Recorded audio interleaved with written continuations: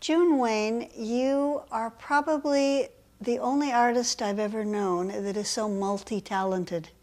You've done, my gosh, everything from jewelry design to tapestries to you're an entrepreneur, you've been a feminist, and all of those, plus you're first of all and foremost an artist. How did they all work together? Start with the jewelry design. That's pretty interesting. Well, the jewelry, I think everything in my life is the result of realistic accident. What the society does to me, where I'd find myself at a given moment. When I was in my teens, I needed to work, so I worked in an automobile parts factory. This was in Chicago? In Chicago, yeah. You got what jobs you could, and I'm would like to be able to say that I shaped my life, but reality very often shaped me or shoved me into this corner or that, because if you look at artists, we all have a very spotty history. We know how to do all kinds of crazy things, and they're all very practical things. I have a reputation as an entrepreneur. I'm anything but. It's true that I made a lot of money for other people, but not for myself, which is the soul, after all, of entrepreneurship. I had lots of jobs, and I had my first show in Chicago when I was 17. That show was seen by an official of the Department of Public Education of Mexico. And I received an invitation to come to Mexico and have a show, which I did. And my mother, foolishly, did not think there was anything odd about that, although it was thrusting me into a country where to be a woman, young and without a dueña, was really a dangerous circumstance. But I didn't know all that. Off I went. And I spent a good part of the year of 1936 painting in Mexico, and then I had a big show at the I don't know how big it was, maybe 30 pieces prepared there, at the Palacio de Bellas Artes in Mexico City. What I also got was a very good taste of what it's like to be a woman in a third world country, which it was at the time. And although Mexico has quite a history of women heroines who, as you know, went with the armies of Pancho Villa and others, still to be a gringa, 18 years old, without protectors and money, which might have made it even worse. It was quite an education, and I grew up very fast. I was born just before the First World War ended. I lived through the Depression. My mother was a divorcee. She was divorced from my father at a time when to be a divorcee meant you were sexually untidy. It also meant that it was very hard to get a job. So, and my grandmother was a very early widow. So the three of us, we were a female household, and in a world of nuclear families. And from that I got the idea that there is more than one way to skin a cat. You know, I was very aware of the hazards of being an unprotected woman, and also how hard it was to make your way. My mother was the father, in effect, in our household. She earned the living. My grandmother raised me, and as you know, I did a suite called the Dorothy series, which is sort of a feminist, semi-feminist biography of my mother. But when I look at life practically, it's my grandmother who's sitting here, because it's from her that I got all the warnings on how to make my way. And she's also saying to me, well, you did a nice thing for Dorothy. Where do I fit?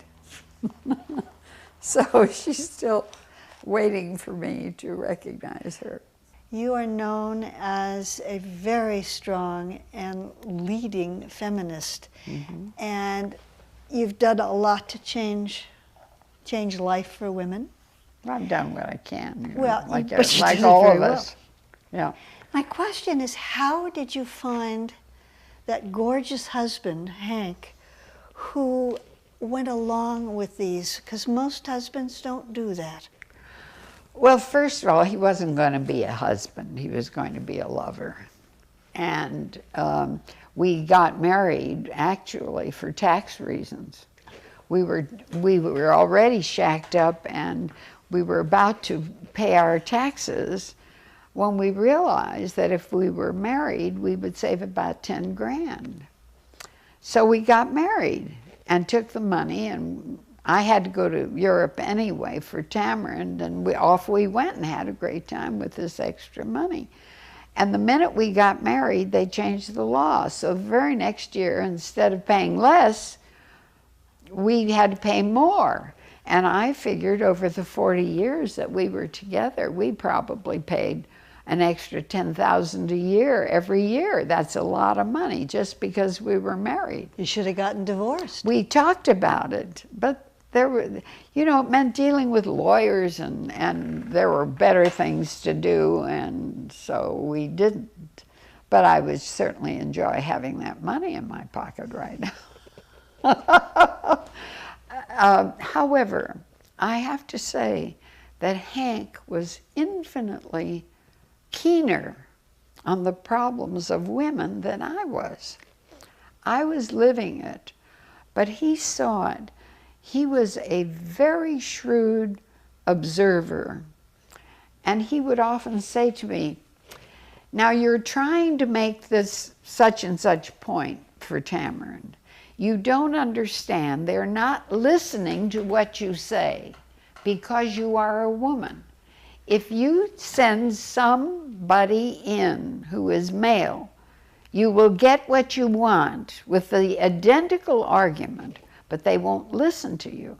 And so it wasn't until there was enough rhetoric around in the early 70s that I could begin to, and it was hard, but that I could begin to say openly or to criticize openly.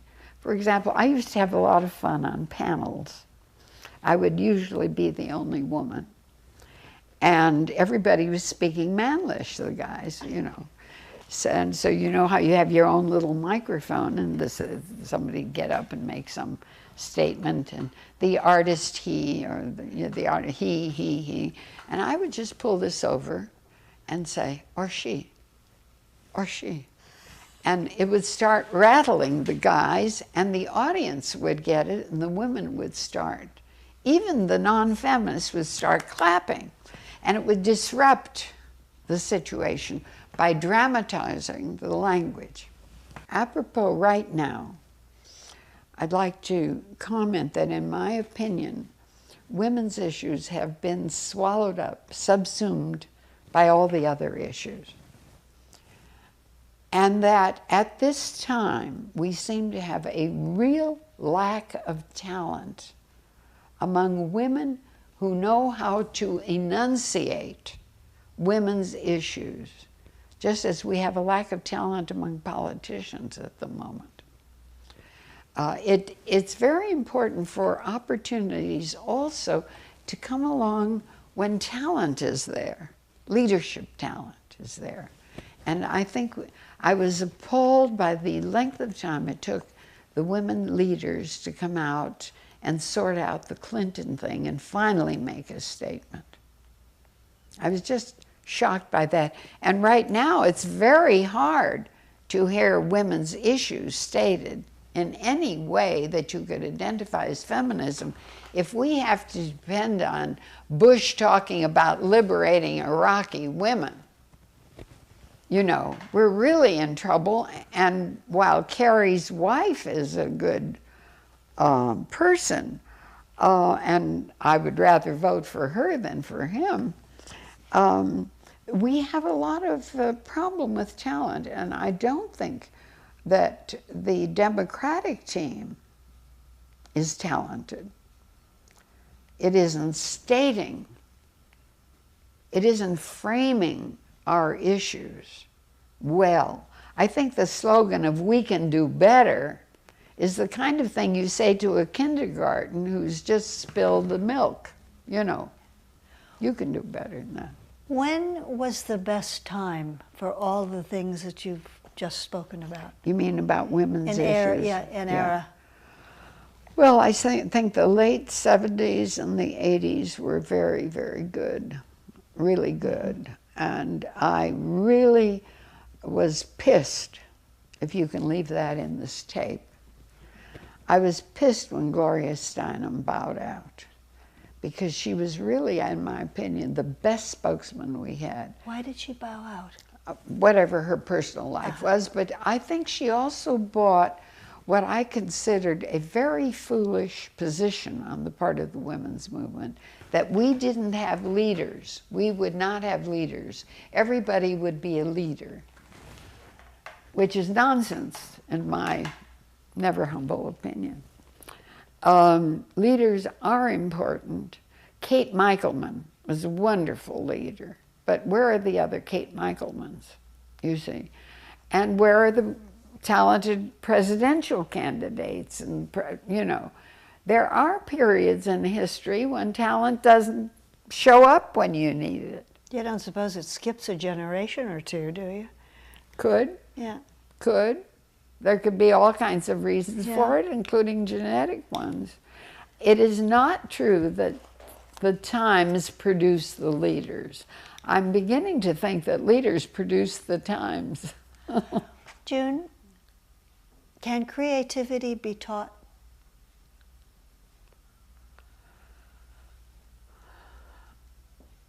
I have a problem with the question, because the word creativity itself is very messy.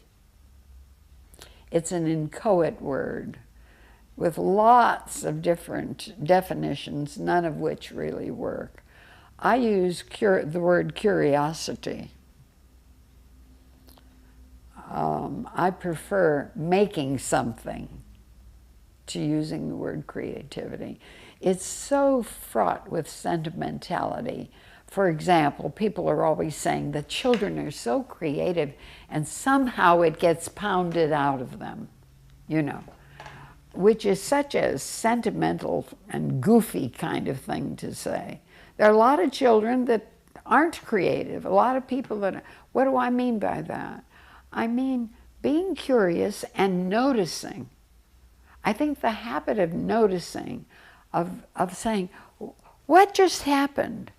What was it made of? It's kind of like scientific exploration. What's going on here? What's she thinking? What's she thinking? What are you thinking? And what does that mean? And can we make something out of it? We have some very large semantic problems. And one of the things I'm proposing at Rutgers is to hold an international conference on the semantics of printmaking. But actually, I think it's needed on the semantics of politics, especially on the semantics of religion, and on certainly in aesthetics as well. We don't have efficient words at the moment. When I'm struggling to say something on the word processor and I'm looking for a word, to me it's a semantic problem. I know it's a bigger issue than that, but how do you say what you mean, and how do you identify what you mean? That is, I think, a kind of scientific problem. And a little more intellectual rigor would go a long way. in that respect. In our field, especially visual arts, we have a lot of talk, but we have a very limited vocabulary.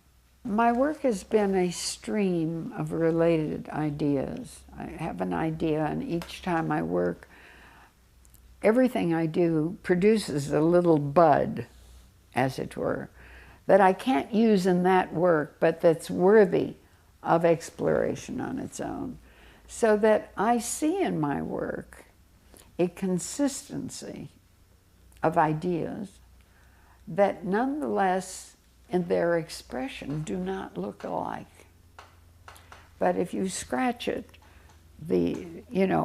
underneath there's a part of a larger kind of interest that I have. I plan to go back very soon. I have 3 or 4 projects underway going simultaneously, which I always have. And I'm planning a group of 4 paintings that will go back to the optical devices, but which will function, which will be 4 short stories, visual short stories, in effect, for which I'm doing the research. And I want to do a project about the aurora borealis, for which I've been researching a long time. I have an idea that I've tried 3 or 4 times and hasn't worked. I want to try again for a painting called Night Swim, which, as I say, I'm doing the research for, because I do a lot of preparation for a piece. I'm doing the research for, and you can see it here, I want to do a work that dramatizes the crisis of the piercing of the wall between the secular state and democracy. That I consider to be the key symptom or the key element in the world crisis that we're having at the moment. And over there is my map in which we are, with pins, locating just in this vicinity the number of churches, mosques, temples, etc. as physical presence. And as you see, the map already looks like it has smallpox. I am terribly interested in and want to find a way to comment in my work on the fact that we have moved from the conventions of communication as argument, logic, as democracy, to the direct violence of agents of various gods, which in a funny way carry the idea of individual entrepreneurship to the illogical conclusion where all these agents of God feel that in the name of God they have the right to pass judgment and execute everybody who doesn't agree with them. And we are lost in how to deal with this. That is, some of us are lost. The radical right is not lost because it is acting as an agent of God, and it's undermining the freedoms that we have had all my life, at any rate, for argument, logic, for differing. I don't know how I'm going to express that in work, but the map is one of them. And it will be a very ineffective way, because visual communication is poverty-stricken compared to the power of a film, for example. But I believe we're going to have to develop a totally new methodology for dealing with the crises that are going the world over. And we have to find a way of doing it without becoming what the agents of God have become.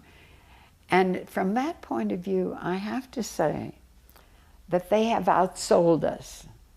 They've done a far better job of marketing the product, because we have to pause for heaven and hell, for judgment, for confession, for maybe you'll get to God, but maybe you won't. You may have to suffer forever for being a bad girl or a bad boy, whereas our enemies go instantly from the bomb to 7 virgins, right? Now, if you're going to buy a product that gives you instant gratification, how do you sell something that's as complicated as our versions of religion, whatever these are? The framing of the issues is so bad. And we're so stuck on the devices of the, I don't know that there will be new devices. We may lose on that basis, but I want people to recognize that we are talking across, thinking across, and have already adopted the idea that the only way to deal is with preemptive strike, which is preemptive strike is the modus operandi of those who captured the Russian school, for example. All of this interests me, and it interests me as implied content in my work. In many of my works, there are 5 or 6 different levels. An idea doesn't interest me unless I've got a number of things going in it. And in one way, that's what makes art different from science. Science has to go to the hard fact. Once it's got that, then it takes off again. Whereas we do not want a hard and fast answer in art. We leave room for the spectator, the viewer, to move around and get a number of vibrations. I'm suspecting that what's most interesting about science and art is the ways in which they differ, not the ways in which they coincide. And I'm busy trying to, between 1 and 2 a.m. in the morning, because the other hours are for other things. I'm trying to think through that question. How do these differ from each other?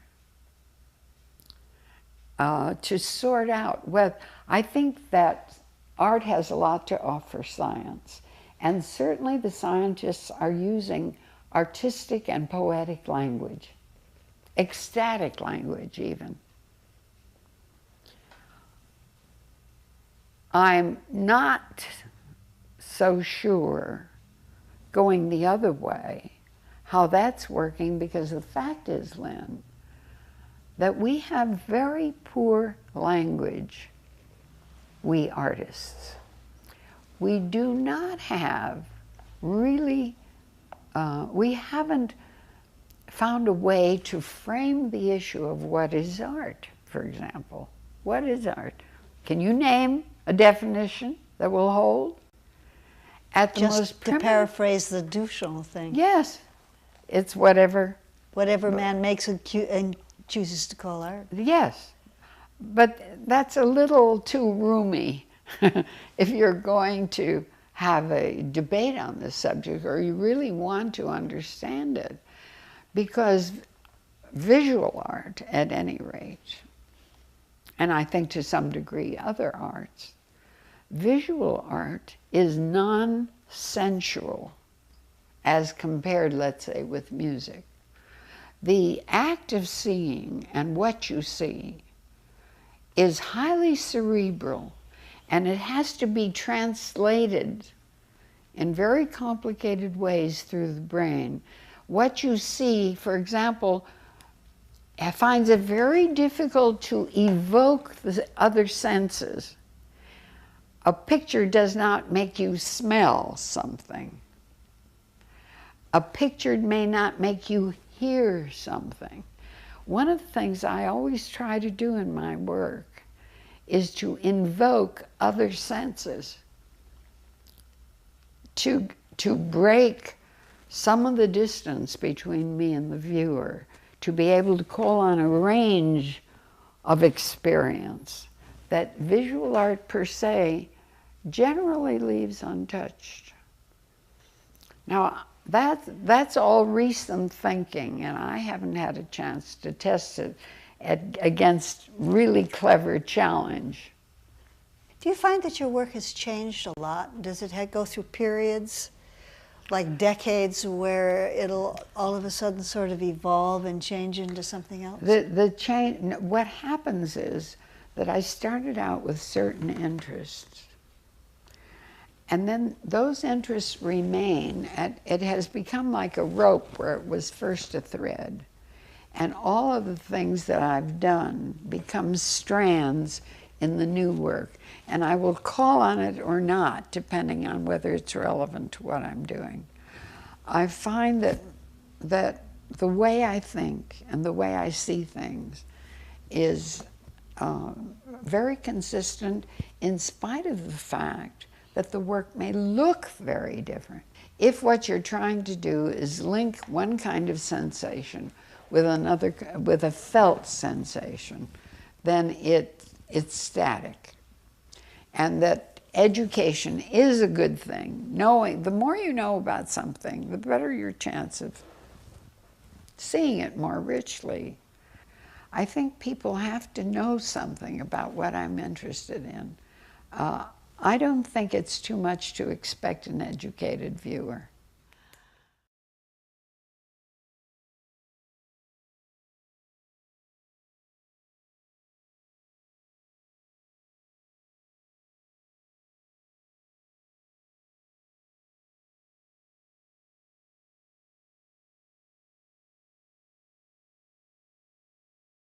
Dueña was really a dangerous circumstance, but I didn't know all that. Off I went, and I spent a good part of the year of 1936 painting in Mexico, and then I had a big show at the I don't know how big it was, maybe 30 pieces prepared there, at the Palacio de Bellas Artes in Mexico City. What I also got was a very good taste of what it's like to be a woman.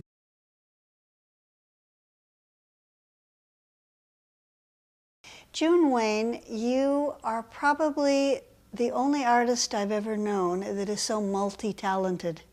You've done, my gosh, everything from jewelry design to tapestries to you're an entrepreneur, you've been a feminist, and all of those, plus you're first of all and foremost an artist. How did they all work together? Start with the jewelry design, that's pretty. I had lots of jobs, and I had my first show in Chicago when I was 17. That show was seen by an official of the Department of Public Education of Mexico. And I received an invitation to come to Mexico and have a show, which I did. And my mother, foolishly, did not think there was anything odd about that, although it was thrusting me into a country where to be a woman, young and without a... Interesting. Well, the jewelry, I think everything in my life is the result of realistic accident. What the society does to me, where I'd find myself at a given moment. When I was in my teens, I needed to work, so I worked in an automobile parts factory. This was in Chicago? In Chicago, yeah. You got what jobs you could, and I'm would like to be able to say that I shaped my life, but reality very often shaped me or shoved me into this corner or that, because if you look at artists, we all have a very spotty history. We know how to do all kinds of crazy things, and they're all very practical things. I have a reputation as an entrepreneur. I'm anything but. It's true that I made a lot of money for other people, but not for myself, which is the soul, after all, of entrepreneurship.